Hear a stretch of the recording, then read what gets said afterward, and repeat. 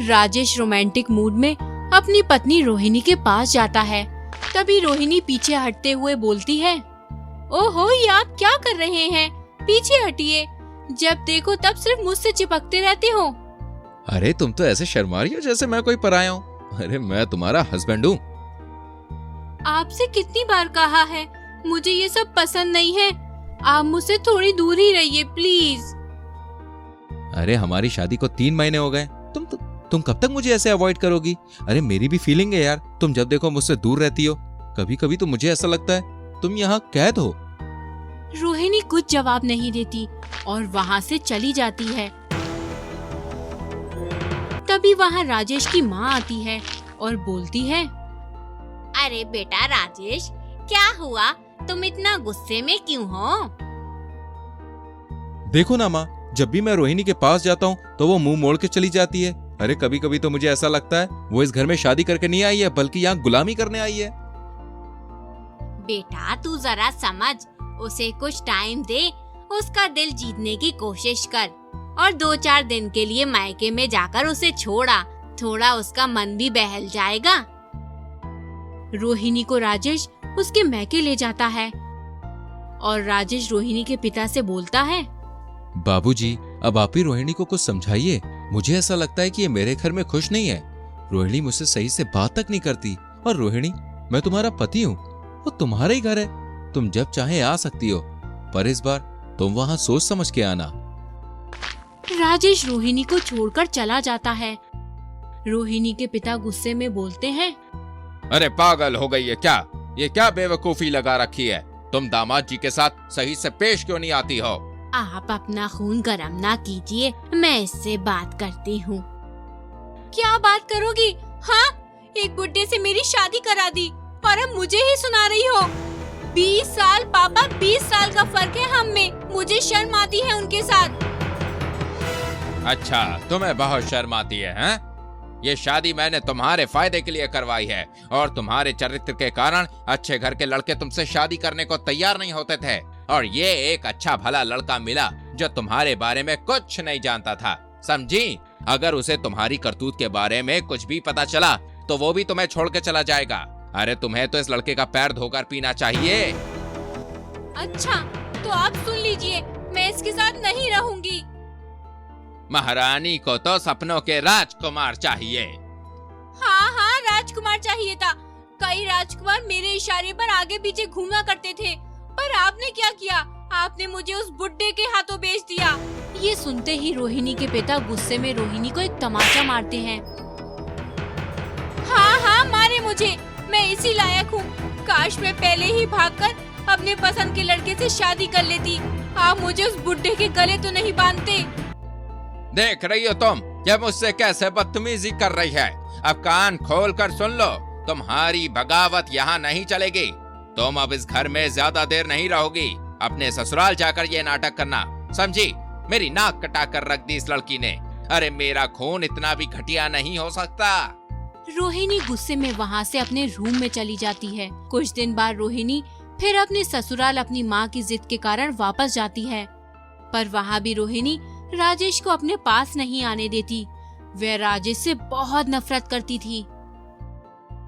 एक दिन राजेश के घर में उनका पड़ोसी संतोष आता है, जो दिखने में बहुत खूबसूरत और नौजवान होता है। अरे आओ आओ संतोष भाई, आज तुम घर का रास्ता कैसे भूल गए? बस इधर से गुजर रहा था तो सोचा भाभी के हाथों की चाय पीता चलूं और तुमसे मिलता चलूं। रोहिणी संतोष को देखते ही अपने सपनों की दुनिया में खो जाती है और वो संतोष को एकटक देखती ही रहती है और मन में सोचती है, ओहो कितना हैंडसम पड़ोसी है हमारा, मैं इससे पहले क्यों नहीं मिली? एक मेरा पति मिला है मुझे बुड्ढा। अरे रोहिणी, अरे ओ रोहिणी। हाँ बोलिए। संतोष के लिए कुछ ठंडा गरम ले आओ। रोहिणी किचन में चली जाती है। वहाँ भी वो संतोष के ख्याल में खोई हुई होती है। मेरी तो किस्मत ही खराब है, ये बुड्ढा मेरा पीछा कभी नहीं छोड़ेगा। मैं संतोष से कैसे मिलूं? पहले तो मुझे संतोष को पटाना है। इस बुड्ढे को कैसे अपने से दूर करना है, बाद में सोच लूंगी। संतोष को भी रोहिणी को देखकर कुछ कुछ होने लगता है। अब वह रोज राजेश के घर आने लगता है। रोहिणी उसे अपने पास लाने की पूरी कोशिश करती है। धीरे धीरे दोनों में नजदीकियां बढ़ने लगती हैं। अरे रोहिणी, हम दोनों यहाँ पर है। अगर राजेश ने हमें देख लिया तो अनर्थ हो जाएगा। अरे तुम इतना डरते क्यों हो? मैं उस बुड्ढे के सोने से पहले ही नींद की गोली पानी में मिलाकर पिला देती हूँ। डोंट वरी, बस तुम्हारा सारा ध्यान मुझ पर होना चाहिए। यार, अब मैं उस बुड्ढे के साथ रहकर थक चुकी हूँ। प्लीज मुझे इस नर्क से बाहर निकालो। जाने मन, ये बुड्ढा तो हमारे लिए सोने का अंडा देने वाली मुर्गी है। अभी तो मैं अपना बिजनेस बनाने के लिए पैसे का इंतजाम कर रहा हूँ। कितने पैसे लगेंगे? यही कोई 5 लाख रुपए। सिर्फ 5 लाख? मिल जाएंगे।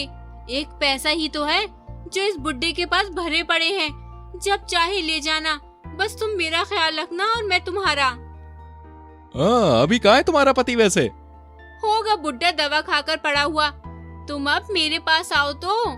इसी तरह रोहिणी रोज किसी न किसी बहाने संतोष से अकेले मिलने जाती थी। अब संतोष रोज रोहिणी से पैसे लेकर अय्याशी की जिंदगी जीने लगता था। इसी तरह कुछ दिन बीत जाते हैं। एक दिन राजेश अचानक आधी रात को उठ जाता है और पानी पीने के लिए अपने रूम से बाहर आता है तो उसे दूसरे कमरे वहाँ से भाग जाता है। राजेश रोहिणी से बोलता है, अरे क्या कमी रह गई थी मेरे प्यार में? मेरी मेहनत से कमाए हुए पैसे तुम उसको देती रही और मेरे पीठ पीछे तुम दोनों कब से गुल खिला रहे हो? अब बोलो भी। क्या बोलूं? हाँ, तुम जैसे बुड्ढे के साथ रहने की कोई ख्वाहिश नहीं है मेरी। जिंदगी में पैसा ही सब कुछ नहीं होता। मेरी फूटी किस्मत जो मेरे माँ बाप ने तुम जैसे बुड्ढे को मेरे पल्ले बांध दिया। मेरे भी अरमान है मैं तुम्हारे साथ रहती हूँ तो मुझे लगता है कि मैं अपने बाप की उम्र के आदमी के साथ रह रही हूँ। छी, ऐसी जिंदगी मुझे नहीं गुजारनी। अच्छा, तो तुम मुझसे इतनी नफरत करती हो? ठीक है, मैं तुमसे बहुत प्यार करता हूँ और मैं चाहता हूँ कि हम दोनों साथ साथ खुश रहें, पर लगता है कि तुम्हें मेरे साथ रहना ही नहीं है। हाँ, तो मेरी ही किस्मत खराब है। इतना सब कुछ होने के बाद भी तुम मुझे छोड़ क्यों नहीं रहे? अरे जाना है तो जा, पर याद रख मेरे घर से 1 रुपए भी लेके नहीं जाएगी। फिर देखता हूँ मैं कैसे रखता है वो तुझे। हम दोनों प्यार करते हैं, हमें पैसे की कोई जरूरत नहीं है। मैं जा रही हूँ। रोहिणी राजेश का घर छोड़कर संतोष के घर चली जाती है, जहाँ संतोष रोहिणी को देखकर भौचक्का रह जाता है और आश्चर्य से पूछता है, रोहिणी, तुम यहाँ बैग लेके क्यों आई हो? अरे जाने मन, ये कैसा सवाल है? मैं उस बुड्ढे को छोड़कर तुम्हारे पास आ गई हूँ, हमेशा हमेशा के लिए। चलो हम जल्दी से शादी कर लेते हैं। शादी है? ये क्या बोल रही हो? अरे मुझे तुमसे कोई शादी नहीं करनी। मेरी शादी गांव में पहले ही हो चुकी है और मेरे 2 बेटे भी हैं। ये सुनते ही रोहिणी के पैर तले जमीन खिसक जाती है और वो गुस्से में बोलती है, तुमने मुझसे शादी करने का वादा किया था और हम दोनों प्यार करते हैं, तो तुमने मुझे इसका मतलब धोखा दिया है। कितनी भोली भाली हो तुम। अरे मैंने तुम्हें कोई धोखा नहीं दिया, बल्कि तुम अपने पति को धोखा दे रही थी। मैं तो तुम्हारे साथ वो सब सिर्फ पैसों के लिए कर रहा था। अरे प्यार व्यार हमारे बीच में कुछ नहीं था। मैं तो तुम्हारे साथ टाइम पास कर रहा था। रोहिणी संतोष की बातें सुनकर फूट फूट कर रोने लगती है। तभी वहाँ राजेश आ जाता है और उससे बोलता है, जानती हो, मैं कब से जानता था कि तुम्हारा अफेयर है, पर मैंने कभी भी छोटी मोटी गलतियों पे तुम्हें नहीं टोका, क्योंकि मुझे तुम पर विश्वास था कि तुम मेरे प्यार को समझोगी। पर तुम्हारे दिमाग में मेरी उम्र के अलावा और कुछ था ही नहीं। मुझे लगता था कि मेरी बीवी रोहिणी वापस एक दिन मेरे पास आ जाएगी। इतना बोलकर राजेश भी रोने लगता है। रोहिणी राजेश से माफी मांगती है और राजेश उसे माफ कर देता है।